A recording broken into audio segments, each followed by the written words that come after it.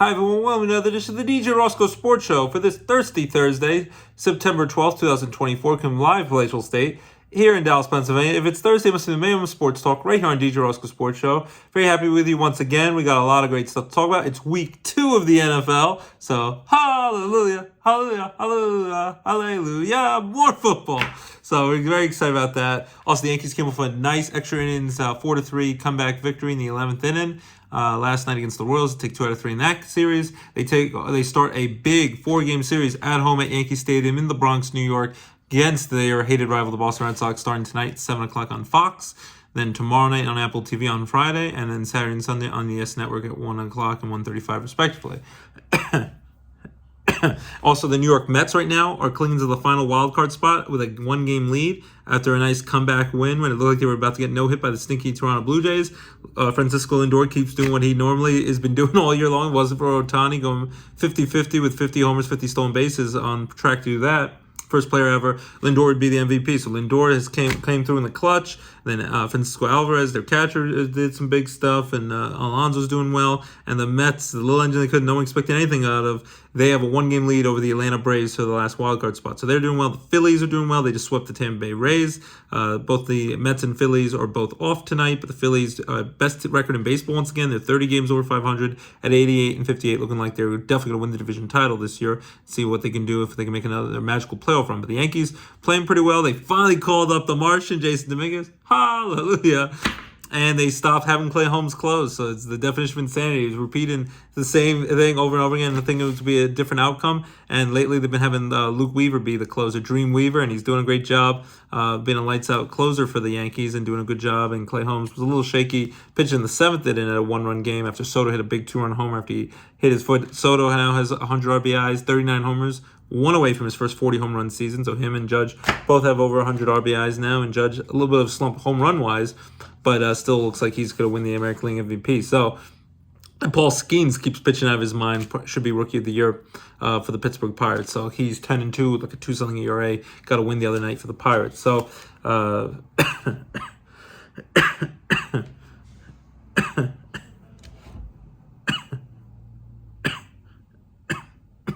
So the Pirates doing well. I got my Pirates T-ball coach shirt that I had the other from this past year, coaching LJ in his first season of baseball. Ready coaching fall ball for Luzerne County Community College. We're looking for more Luzerne Trailblazers, so anyone's interested, we'd love to have you join the baseball squad this year. So busy with that. And then high school football and covering Nanacoke at Tunkhannock High School this Friday night. My article will be in the Saturday edition of the Times Later newspaper. I covered last week also in Tunkhannock when Crestwood beat Tunkhannock 55-15. So hopefully a good matchup between Nanacoke, who doesn't have a win yet, their own 3 coming to the game, and Tunkhannock, who is 1-2, and they will try to look to even up the record at 2-2. So we're doing that. And Penn State Scranton Athletics, covering events for them. Wrote a soccer article the other night. So keeping busy and with the kids and the family and all that cool stuff. But yeah, baseball getting ready for pennant fever, the playoff chase, and we'll see if the Yankees can keep doing well, and Austin Wells and Judge and Soto and all those guys and the pitching staff and the bullpen get it done, or if they'll fall apart. So the Yankees, Mets doing well, Phillies doing well, and the Rail Riders is their last week of the regular season. We're going to go to the game on Sunday for Fan Appreciation Day as they wrap up their awesome regular season. They've done a solid job with the Rail Riders. Won't get to see the Martian because he's up in New York, but happy he's getting a chance to play in the big leagues, even if it's over Verdugo, who's been struggling a lot. DJ LeMay, who's on the injured list now.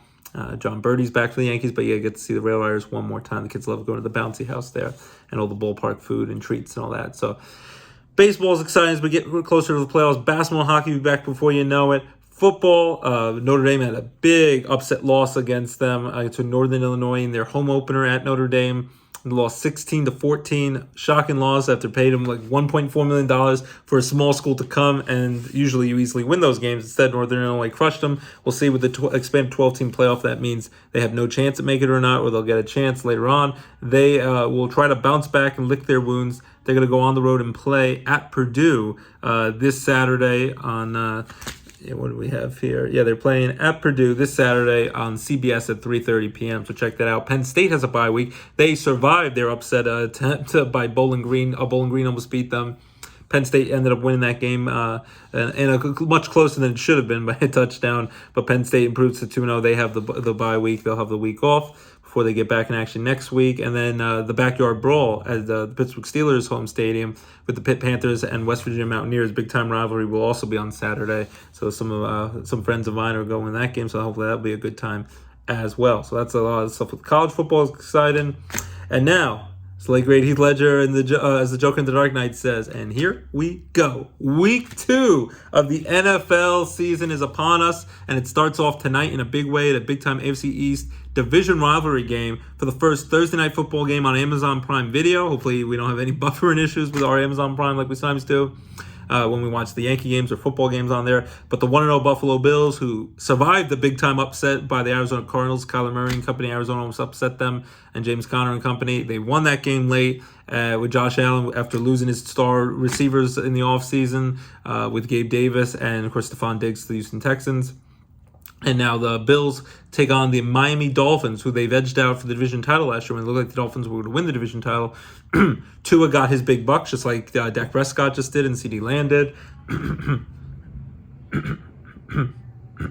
The Miami Dolphins survived their battle of Florida, came back. They were down by 2 touchdowns late in the game. Late in the game, they made a comeback and got a game-winning field goal to knock off the Jacksonville Jaguars with a nice big field goal. So Dolphins, Bills come in the game 1-0. Still in my eyes, I know the Dolphins are at home. They'll probably be a slight favorite tonight until someone can knock off the Buffalo Bills and Josh Allen at division, even with less talented wide receivers than he's had before. And the Dolphins have more firepower. And Tyreek Hill got in trouble getting pulled over, speeding before the game, allegedly, but still had a great game for the Dolphins on Sunday. Dolphins have probably the more dynamic offense. But there's only one Josh Allen out there, and as long as Josh Allen's out there, not turning the ball over too much, he's so dynamic running and throwing that ball.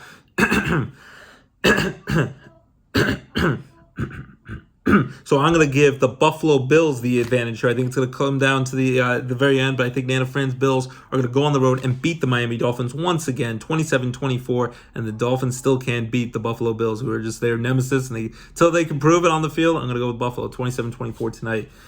Then Sunday, September 15th, we have 10 early 1 p.m. games. The first one is the Raiders, the Vegas Raiders at the Baltimore Ravens on CBS. I'm going to go with the Ravens here. Ravens lost a close one in week 1 to the Kansas City Chiefs.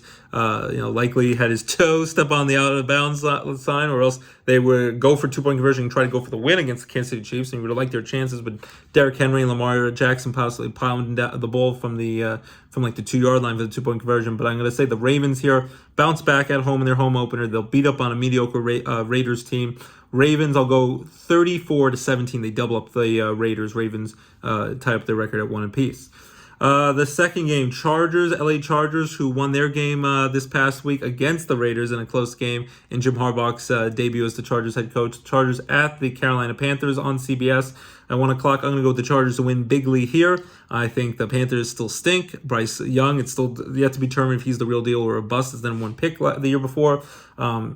They got him some more offensive weapons this year. Even Deontay Johnson, formerly the Steelers, who dropped a lot of the balls that were thrown his way, but makes a lot of good catches, not the routine ones all the time. But I still think Justin Herbert and Jim Harbaugh and the Chargers, too much talent here. Chargers will be up on the Panthers. I'll go with 26-10. They win by 16 over the Panthers on the road.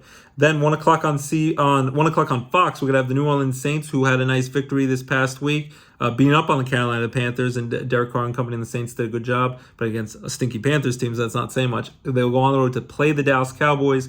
I'm going with the Cowboys here. I was dead wrong about it. Cowboys wiped the floor on the road with the Cleveland Browns in Tom Brady's broadcasting debut. Mediocre. Some people criticized that they didn't think he had enough passion or struggled with it. I thought he was okay. He'll get better as the year goes on. We'll see what happens. But Tom Brady's debut broadcasting was in Cleveland. I thought the Browns had a decent chance there, but to upset the Cowboys.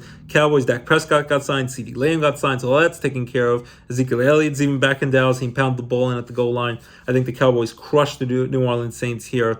Saints stay close for a while. They pull away late. I'll go with the Cowboys. I'm going to go with 34 to 24. They win by 10 points at home over the Saints. Then at 1 o'clock on Fox, the Tampa Bay Bucks, who had a nice, impressive victory over Jaden Daniels, the talented rookie quarterback for the Washington Commanders. The Baker Mayfield played out of his mind. Bucks playing well. Sorry about that, Joe Aber, but it worked for you guys. The Bucks did well. They go on the road to take on the Lions, a rematch of a big-time playoff matchup that went down to the wire where the Lions edged them out in that game. But I'm gonna still go with the Lions. I know I keep picking against the Bucs. I think the Bucs are a good team, have a good chance to win their NFC South mediocre division and get back to the playoffs. But in the end, I think it's going to be a high-scoring shootout between Jared Goff and the Lions and their offensive firepower and Baker Mayfield and the Bucs. I think the Lions, whoever has the ball last, is going to win. I'm going to go with the Lions by a field goal. I'm going to go with 34-31 high-scoring shootout Lions over the Bucs to prove 2-0. Then 1 o'clock on Fox, the Colts, who just got barely edged out by the Houston Texans in a big AFC South matchup last week. They will go on the road, take on the Packers in Lambeau Field. If Jordan Love was healthy, I'd go with the Packers. But I'm going to go with the Colts here in a little bit of an upset. Anthony Richardson, the young quarterback, did well for the Colts. They have Joe Flacco in the wings if he needs to take the field at some point. But the Packers lost Jordan Love. It's at least not a torn ACL, but they think it's at least sprained, out 3 to 6 weeks. So he's going to be out for a while. Hopefully the Packers could hold the fort until he gets back and stay in playoff contention so he can make a difference when he comes back, or else it might not matter. But in the meantime, as much as it's going to be big, their home opener after playing in Brazil and barely losing to the Eagles, getting hurt late in that game, Jordan Love, at least not out for the whole year, but I think it's going to be tough. I'm going to go with the Colts in a close one. I'm going to go with 16-13, a close defensive struggle. 16-13 Colts over the Packers, 1 o'clock on Fox. Then our next game, 1 o'clock on CBS, the Cleveland Browns at the Jacksonville Jaguars. I'm going to go with the Jaguars here at home. They got to right the ship. They finished off really poorly last year after starting off 8-3. They got cocky, waving the terrible towel, making fun of the Steeler fans. And since then, it went all downhill. They failed to make the playoffs. Trevor Lawrence and the Jaguars, Doug Peterson company need to get things going, or else Doug Peterson will be on the hot seat to get fired. Browns, can they play worse than they did against the Cowboys? Who knows? Deshaun Watson really needs to pick up his game. The whole Browns team really struggled. But I'm going to go with the Jaguars, saying that they need to win at home. I think the Jaguars find a way to beat the Browns in a close, ugly matchup. I'll go with 23-20. The Jaguars win by a late field goal over the Browns to tie up their record at 1 apiece. 1 o'clock on CBS, the 49ers at the Vikings. I'm going to go with the 49ers to win here. The Vikings, they beat up on the Giants, which I was dead wrong against, 28-6. Sam Darnold, the former Jet, who used to be his home stadium at MetLife Stadium, but was mediocre. The Jets still would have liked to see the Jets give him more of a chance before they went to the complete bust to Zach Wilson. Sam Darnold's at least decent. But, of course, no J.J. McCarthy, no Kirk Cousins, who's now the Atlanta Falcons. J.J. McCarthy, of course, tore his knee up. He'll hopefully be back next year. Sam Darnold, I think, is a decent stopgap measure at quarterback. And maybe he'll prove me wrong and be better than that. He was the 49ers' backup when they almost won the Super Bowl last year. And then overtime loss to the Chiefs. And maybe he'll give them pointers, the Vikings, to the 49ers, because he has inside secrets playing for them last year. But I think in the end, the 49ers, who were without Christian McCaffrey on Monday Night Football against my Jets, but at least Aaron Rodgers crossed my fingers. He stayed healthy, didn't get hurt, threw a touchdown pass on a free play to Alan Lazard. Tyrod Taylor threw one late in the game. He didn't get injured. He survived the game better than 4 plays, 75 seconds last year on opening day against the Buffalo Bills on Monday Night Football. So, hallelujah. So at least Rodgers stayed healthy. Even though the 49ers had a lot more plays ran. The Jets' offense were mediocre. The defense got beat up like Swiss cheese, and you thought they'd have a chance because right before the game, Christian McCaffrey's calf issue, which is similar, I guess, to the calf issue with Russell Wilson, the Steelers and not being able to play. He was out, but his backup did great running the ball for the 49ers. And then Brock Purdy with all his offensive weapons, Greg Kittle and Brandon Ayuk, who didn't get traded in the offseason, and Deebo Samuel. And the defense for the Niners doing a really good job, beat up on the Jets. I think they'll beat up on the Vikings. I'll go with the Niners. I'm going to go with 27-17. They win by 10 on the road against the Minnesota Vikings. But Sam Darnold, I think, will do a decent job, but too much Niners to stop offense and defensively. 1 o'clock on Fox, the Seattle Seahawks at the New England Patriots. The Seahawks got a close victory over the Denver Broncos to start the Bo Nix era, the young quarterback from Oregon, with now teamed up with Sean Payton, the head coach there. But the Seahawks did a good job. Geno Smith and company, first year as their head coach, now that Pete Carroll is no longer the coach there. But they go on the road against the Patriots home opener. The Patriots went on the road and knocked off the Cincinnati Bengals, which to me was a shock. I didn't think that was going to happen. Joe Burrow coming off the wrist surgery. It was mediocre at best, struggled. And Jared in Mayo's, the head coach, their new head coach's first game after all those years of Bill Belichick and the legacy of Belichick and Brady. Jared Mayo, the new head coach of the Patriots, led them to victory. Jacoby Brissett did a decent job. Didn't light the world on fire, but he did a solid job. So the Patriots got a nice upset win over the Bengals. Can they do it again week 2? It could really go either way. I'm not sure here. I still got to go with the Seahawks here because I still don't fully trust the Patriots. I still think they're a mediocre team. I know home opener, they'll be pumped. Coming off a nice win over the Bengals. I still think the Seahawks will win in a close, ugly game. I'm going to go with 19-16 Seahawks over the Patriots. They win by 3. Then 1 o'clock on CBS and Paramount Plus simulcast. My JETS Jets and Aaron Rodgers company hopefully will look a little bit better in week 1, but especially the defense needs to look better. And can they get Hassan Reddick in the building, who's still holding out the pass rusher formula of the Eagles and not coming and reporting to the Jets yet because he wants more money. And last year was deal Jets at the Tennessee Titans, who had a big lead against the Bears. The Bears came back, and Caleb Williams opener, and they beat Will Levis and the Titans. Will Levis, decent quarterback for the Titans, but also turns the ball over, and a little bit too much of a maverick out there. They're at home, but I still think if the Jets can't win this game, then the Jets can't really beat at least a mediocre team, because the Jets, it's one thing against the Niners, one of the best teams in football, might win the Super Bowl.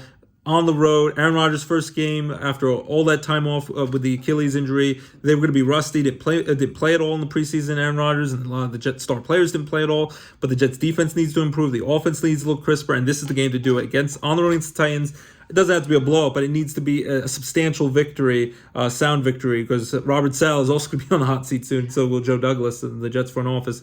I'm going to say the Jets, they get it done. They better get it done. I'll go with 26-13. They win by 13 points on the road against the Tennessee Titans. And then 1 o'clock on Fox, the Giants and Daniel Jones, who looked atrocious, awful against the Vikings in their home opener for their 100th anniversary season. And they missed Saquon Barkley at 3 touchdowns in his Eagles opener in Brazil. They did great. They didn't want to pay him, and now they're going to rue the day, and they're going to have to face him twice a year against the Eagles. They have a division rival game. They usually do well against the Washington Commanders, but I'm going to go with Washington Commanders here because I have a hard time believing in Daniel Jones at this point. Drew Lock or Tommy DeVito. Tommy Cutlets has a good chance to at some point take over, and they could probably be drafted in the first round for a top-level quarterback, and maybe that's how they do it. Brian Daboll's going to be on the hot seat after a great year 1, going to the playoffs and beating the Vikings in the first round before the Eagles knocked them out. They were awful last year. They look like they're going to be awful this year, the Giants. And Jaden Daniels showed enough promise, and with the new coach, Dan Quinn, the former defensive coordinator of the Cowboys, I think Washington defense will get after Daniel Jones. He'll struggle. Jaden Daniels will do enough. It'll be a close, ugly game, but I'll go 20-17 Washington over the Giants for the last of the 1 o'clock games. Then for the 3-4 o'clock late afternoon games, 4:05 on Fox, the LA Rams at the Arizona Cardinals. I'm going to go with the Rams to get their first victory of the season. Cardinals, of course, had a decent-sized big lead against the Bills for trying to get a big upset on the road in Buffalo. Bills came back and beat them, which they should have done. Shouldn't have been that hard. Kyler Murray in Arizona and James Conner and company, they impressed and did pretty well offensively. Let's see if they could do that. But in the end, I think a division rivalry game, LA Rams, they barely got edged out in overtime by the Detroit Lions, similar to how that happened in the playoff game last year in the first round when they lost by a point. They just ran out of gas, and unfortunately, Matthew Stafford gets to touch the ball in overtime because I wish it was like the playoffs where every team gets to match at least the first touchdown. They only let you match a field goal. You give up a touchdown, open drive, it's over. So the Rams had a lead late, then the Lions tied it, then got into overtime and won.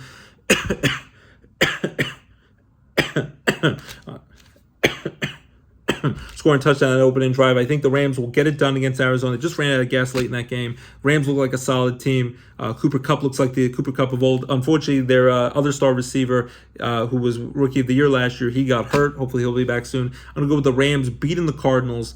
I'll go with 26-21. They win by 5. Rams over the Cardinals for their first victory of the season. Steelers, my wife's Steelers, had a nice 18-10 victory over the Atlanta Falcons on the road at Atlanta. Shut down Kirk Cousins' offense, especially in the second half, gave no points. It was 10-9.5. TJ Watt finished them off with a nice sack and a bow and a leg kick. He had some big plays and was getting to the correct a lot. The star of the game for the Steelers was Chris Boswell, the field goal kicker, which can't lie every week. You eventually need to score some touchdowns. Kept Atlanta in the game, having to settle for all 6 field goals, for all their 18 points. But Justin Fields looks like he's a start again because Russell Wilson's calf injury is still messed up. Justin Fields looked really small and little out there compared to the other decent-sized quarterbacks, but he did a decent job. I know he looks like at times he's running the ball first, but as a game manager to their offensive weapons, to Pickens and to Najee Harris, he did a decent job, needs to improve, but did enough to beat the Falcons, and the Steelers' defense is solid. I think the Steelers, it's a tough place to play with Mile High Air in Denver, but I think they go on the road and beat the Broncos. Uncle Scott will be there. We'll be cheering them on. I think the Steelers beat the Broncos. It's going to be a tougher game than you would think. I'm going to go with another late, last-minute Chris Boswell field goal, low-scoring game. I'm going to go at 18-15, a really weird score. They win by 3 points. Steelers over the Broncos, 425 on CBS, 18-15 to prove it to 2-0. Broncos fall to 0-2. And then lastly, at 425 on CBS, the Bengals at the Chiefs. As bad as the Bengals looked in week 1 against the Patriots, they might very well come out in week 2, and Joe Burrow might impress everyone. And that's actually what I'm going to pick. It's my upset of the day. As much as I'm going to root for the Chiefs in this game, and I know people get sick and tired of Taylor Swift. She just won a bunch of video music awards last night in New York City. They were at the U.S. Open after they won on Thursday Night Football last week, and having a double date with Brittany Mahomes and Patrick Mahomes and all that stuff. And Taylor Swift gave her a big endorsement to Kamala Harris this week after the big presidential debate on Tuesday. So some people love it, some people hate it. Who knows? But Travis Kelce, Pat Mahomes, and company, Chiefs are a tough team to beat at home. I'm sure if she's able, she has some downtime until her tour picks up in October. Taylor Swift will be there. I know some fans can't stand it, but I actually think the Bengals might be the best thing that they lost last week, because I think Joe Burrow at times has the Chiefs number. They'd be humbled by the bad loss to a bad Patriots team last week. And I might be drinking the Kool-Aid. I think the Chiefs are going to get upset in week 2. I think Joe Burrow is one of the few quarterbacks, just like Josh Allen, who's fearless.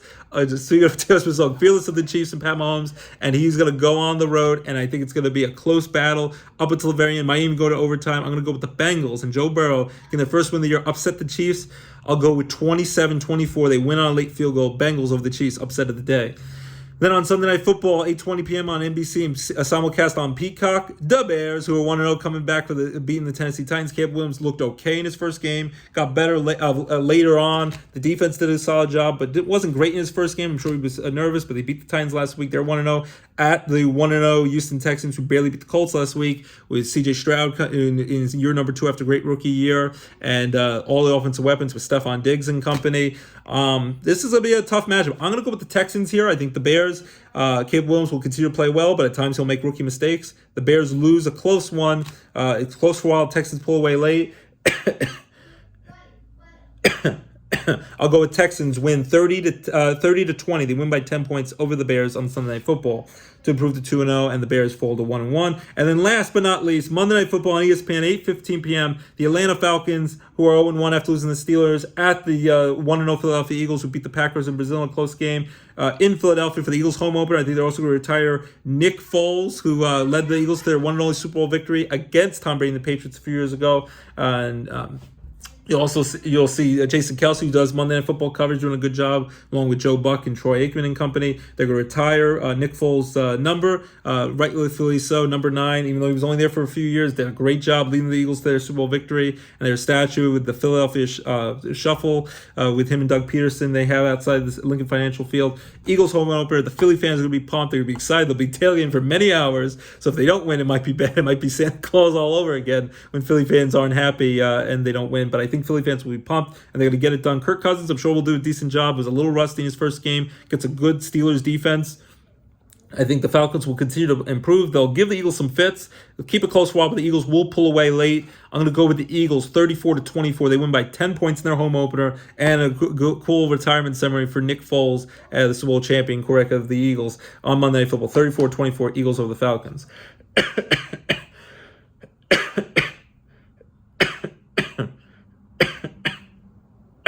So that's my picks. I know you might think you might like them, disagree, agree. Take two calming in the morning. It's not a tumor. Things that nature. Hasta la vista, baby. Jamie. That's my Arnold Schwarzenegger impersonation. But again, my football picks, including tonight's big AFC East division battle for the first Thursday Night Football game on Amazon Prime. I'll rattle off the picks again.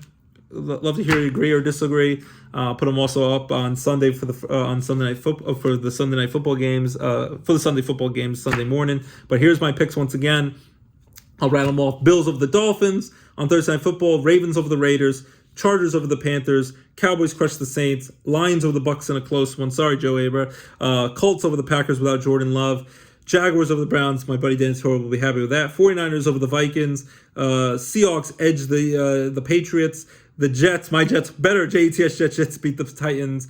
Giants, who stink, are going to lose to Washington and Jaden Daniels. Rams over the Cardinals. Steelers over the Broncos on the road. Bengals upset special. Joe Burrow get the first win of the year in their big rivalry with Patrick Mahomes and the Chiefs. Bengals beat the Chiefs in a close 1-3. Sunday Night Football, Texans over the Bears by 10. And Monday Night Football, retiring Nick Foles' number. Eagles over the Falcons, 34-24. They win by 10. So those are my Week 2 picks. Agree, disagree. We'd love to hear from you. Hopefully Notre Dame bounces back and gets a win on Saturday. Penn State enjoys a week off. All the pennant race baseball action. The Yankees against the Red Sox starting tonight. Basketball, hockey back before you know it, and all that great stuff. So enjoy your football Sunday, Thursday night football, Friday college football, high school football as well, Saturday college football, Sunday all those great football games, and Monday night football. We'd love to hear from you. DJ Roscoe Sports Show, your home for all your favorite sports and entertainment talk right here, DJ Roscoe Sports Show. The new Beetlejuice movie is doing great reviews, making lots of money, over $110 million opening weekend. Michael Keaton as the great Beetlejuice, the ghost with the most. It's showtime. I can't wait to see it. I love the original one as a kid. I came out when I was 2 years old. 36 years later, the sequel came out. So can't wait to see the new Beetlejuice movie. A new Speak No Evil with James McAvoy playing like a total psychopath. Looks like a great horror movie getting ready for Halloween. So that comes out this Friday the 13th, tomorrow. Spooky. Watch out for Friday the 13th. Hopefully it's not too spooky for you. Next week will be the animated Transformer 1 prequel cartoon movie that my son LJ wants to see. So we can't wait to see Megatron and Optimus Prime when they were friends and then they became enemies and all that great stuff. So enjoy all the great sports. We are more alike than we are we are more alike than we are not. So hopefully all the presidential politics does not get the best of us, and one way or another the election will happen, and hopefully our country stays united either way, and hopefully everything will be okay. So enjoy the sports as a nice distraction. Enjoy your great football week and getting ready for playoff baseball. And keep it locked, DJ Roscoe Sports Show, for your home for all your favorite sports and entertainment talk. Love my beautiful wife Abby and my beautiful daughter Lorelai and my handsome son LJ. And I'll sing a quick song to them. Happy 12th, and I'll say, never gonna give you up, Rickroll. Never gonna let you down. Never gonna run around and desert you. Never gonna break you, cry. We never gonna say goodbye. Never gonna tell a lie and hurt you. Never gonna give you up. Never gonna give you up.